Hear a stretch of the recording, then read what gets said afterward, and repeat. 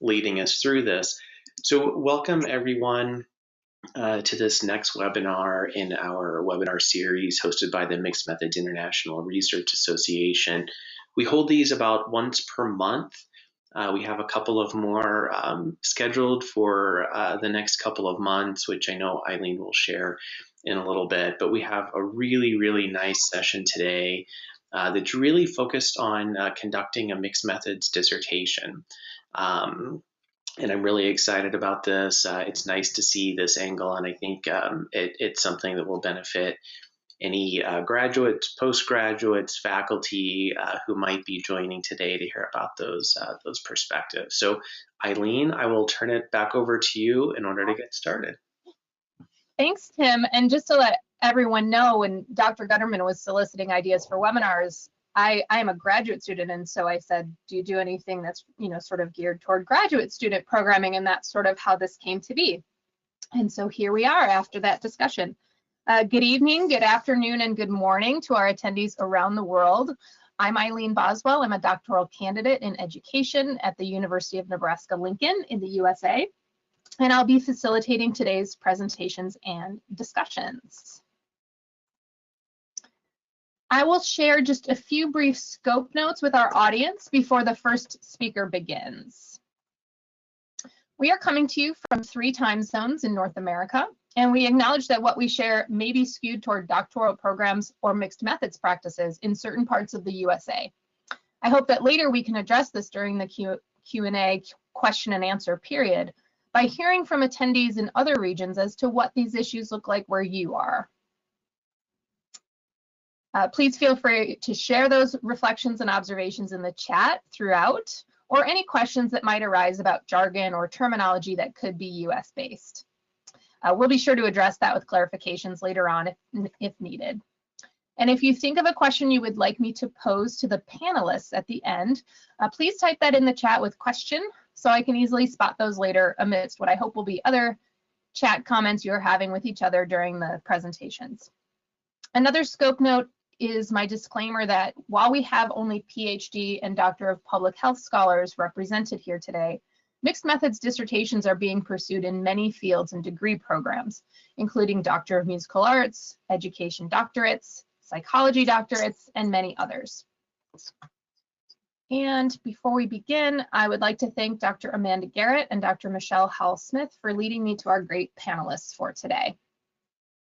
Hi, everyone. Good morning or good evening, wherever you happen to be. My name is Heather Voorhees, and you can see on the screen just a little bit about me. I graduated with my PhD from the University of Nebraska-Lincoln in 2019. From there, I served as 1 year as a postdoctoral fellow at the Center for Health Communication at the University of Texas at Austin.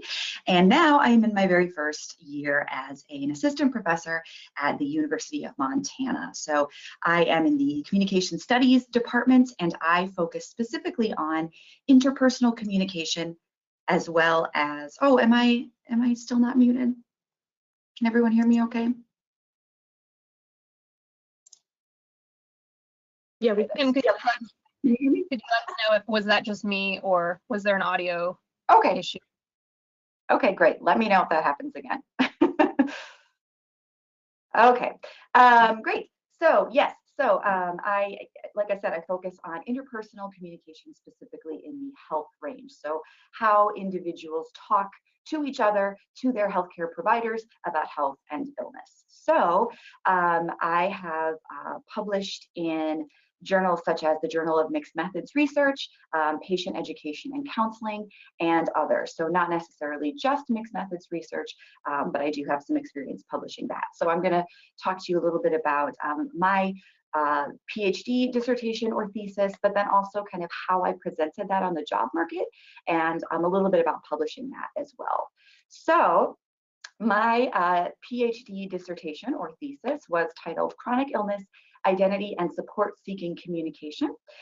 So this was an exploratory sequential study, which we've seen is where qualitative research is gathered first to unearth large-scale themes and ideas, and then a quantitative study comes next, which is based off of the qualitative data, and the quantitative study seeks to refine and generalize and measure the ideas that were found in that first stage. So I actually did, unlike some of the panelists, I did my data collection in two distinct and separate phases. And the first phase really informed the second phase. So the rationale I used was development, which is the argument that stronger inferences can be created when results from one data collection are used to inform or shape the use of the second method. So this rationale is commonly used to create a tool or a scale, which is actually what I did in my dissertation. So lastly, my data integration method was building, which results from the first phase directly informing the design and collection of the second phase. So again, I really had two distinct phases going on, and they directly influenced each other. So I'm going to really quickly just kind of tell you about my study and what I did and what I found. So my first phase, of course, was qualitative, and this was, I used a constructivist grounded theory to pull out some themes from qualitative data that I had collected from interviews with 19 individuals who had had a chronic illness of any type. So I was really looking for common themes around the chronic illness experience. So chronic illness here is an ongoing illness that is treatable but has no cure. So it's a long-term illness experience. So I did these interviews, and then I used that grounded theory sort of coding style to really pull out some themes. And what I found from this is that it seemed to me that a lot of the participants were talking about identity, which I love. That's my jam. So we talked about this idea of illness identity. How does your chronic illness inform how you feel about yourself as a person? But I also saw that they were talking about something called relational identity. So this is the idea that you have an identity when you are in relationship with other people. The way that they see you changes how you see yourself. And the way that you are with them, the role that you play in that relationship, serves a purpose in your larger sense of self. So I saw that people were really talking about, the way that they communicated about their illness with other people changed their sense of self overall. So what I did from that qualitative data is I tried to create a typology that mixed the idea of personal illness identity, how I believe my illness impacts me, and relational illness identity, how that illness impacts my relationships with others or my roles in those relationships. So I tried to see if there were sort of 4 quadrants, and you can see there based on relational illness identity, acceptance or non-acceptance, and personal illness identity, acceptance or non-acceptance. Within those quadrants, I posited that there were certain communicative behaviors that people exhibited that indicated that they have that specific combination of personal and relational ID. So that was my theory. And from that qualitative data, I thought, well, now I got to go test this hypothesis, right? I got to go test this quadrant to see if this typology even works. So my second study was a quantitative testing of whether or not this was going to work. So the way that I did this is I had an online quantitative survey. I had 252 individuals who had all experienced, again, some sort of chronic illness. So this is diabetes or autoimmune disorders such as lupus or things of that nature. So what I did is I asked them about, there's a personal illness identity scale. So I tried to gauge their acceptance there. There wasn't a scale for relational illness identity. This is still kind of a new concept, and we don't really know how to measure it. So I made my own scale because if you don't have the right tools, you got to go make one, right? So I created that. I also created a new questionnaire based on disclosure and communicative behaviors. So again, those sort of 16 communicative things that I thought people were doing that indicated those combinations. I also studied personal relational identity gap, which was an existing scale. And then I also measured some other things like illness centrality, how much of, how central your illness is to you as a person, things like disclosure, how open you are in general, and then other control variables like that. What I found was good news, bad news. Unfortunately, my typology was only partially supported. So of the 16 communicative behaviors that I thought people might display in those 4 quadrants, only 5 of them were supported by the quantitative data. But 5 out of 16 is better than none, right? So what I learned from this is that, first of all, I validated a brand new scale. So my relational illness identity scale worked. Yay, so I'm getting excited to publish that so others can use it. But I also realized that I needed to reword some of my questionnaire items to really better conceptualize these concepts that I was trying to study. I also learned valuable lessons about typology creation and scale creation. As you can maybe guess, I feel like I bit off a lot more than I could chew with this dissertation. There was a lot of work here, but I learned some valuable things along the way. So what did I learn? First of all, why did I choose mixed methods?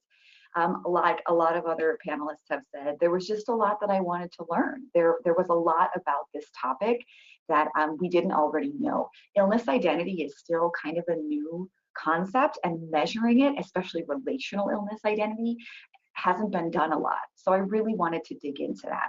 But further, I wanted to establish myself as a mixed method scholar. I firmly believe that your research question dictates the method that you should use. And so I wanted to demonstrate that I can look at a question, understand how to address it, and then be fluent in all kinds of methods. So that, I mean, I was really trying to prove myself, right? Of course, there were some challenges. Again, as other panelists have said, time is not always on your side. If you are doing a mixed methods project, you need to understand that it's going to take a long time. I collected 2 separate sets of data, which of course means I'm basically doing 2 studies.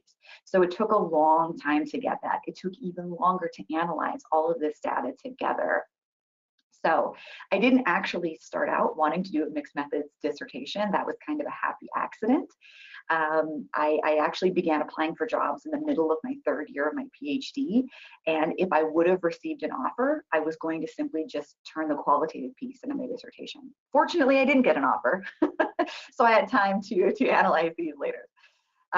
So again, as other panelists have said, mastering both of these analyses, quantitative and qualitative, is difficult. You use both sides of your brain, and it's really challenging in a unique way to try to analyze that and to make sense of all of it. So be careful with that. You don't have to be an expert at both different types. You don't. But you have to understand both types, and you have to demonstrate that you have a familiarity with them. So really quick, what did I learn about publication and job searching? Unfortunately, most journals will publish mixed methods research if you focus more heavily on one phase versus the other. So typically, because of time constraints and word limits, you're going to have to kind of, what I feel is shortchange one of your methods. And you're going to have to really briefly go over that and then focus more heavily on the other. It depends which one, depending on which journal you're going for. But keep in mind that is something that journals might ask you to do. However, explaining a mixed methods research dissertation on the job market is awesome. I was able to confidently go into job interviews and explain both phases of this and answer questions about both qualitative and quantitative. And so it really, I felt it made me look very confident and very multi-talented. It also made me look like I'm not scared of things, right? I'm taking on this challenge and I'm gonna try it, and sure, I might stumble along the way, but I feel like I'm gonna get it through there. So it made me look creative and confident, and I feel like it really, really helped me. I think it really demonstrated my value on the job market. So if you are a student thinking about a mixed methods research project, first of all, remember publication might be tricky. I'm currently trying to get my dissertation published. I'm still working on that. So it's difficult to think about how you're going to do that. Again, some people might assume that you're only using mixed methods because you're not great at either. I mean, that's an unfortunate sort of assumption. Prove them wrong. Be able to really competently talk about both of those methods and specifically show why you're choosing mixed methods. Show how you're going to integrate them together. Be confident, okay? And again, follow your gut. When I originally graduated, I tried to publish just the qualitative piece of my dissertation, thinking that it would be easier to get that published. It got rejected several places. And what the feedback kept coming back is this study is not strong enough to stand on its own. And it wasn't, because it was never meant to. It was always meant to be part of a mixed method study. And I knew that, but I was trying to kind of shortchange my way to publication. And that was the wrong way to go. So follow your gut. If you really feel like this is something you need to do, stand by it and stand up for yourself and stand up for your work. And then finally, if you are an advisor and you have a student who is thinking about doing mixed methods, cool, let's empower them to do that. But as another speaker had said, encourage those students to take the right classes. If you can, take a mixed methods research class specifically designed for that. At the very least, be sure you're taking at least one qual and one quant class. I know people who have done mixed methods research who have never taken a qualitative class, which to me is bonkers, right? So make sure that they're getting the right training and they're getting the right expertise. Understand that your students will get frustrated. This is really complicated and it's really hard, and you have to be able to support them and talk them down from that, okay? So be ready for that. And also just realize that you need support for yourself as well as for the student. If you are a quantitative scholar and your student wants to do mixed methods, that's cool. Make sure you have a qualitative scholar on their committee. Make sure you have a peer who is good at qualitative research that you personally can go to when you have questions about methodology or about analysis. You don't have to be in this alone either. It takes a village, right? So make sure that you have support and make sure that your student has the right support. There is no shame in bringing everyone in to make sure your student gets what they need.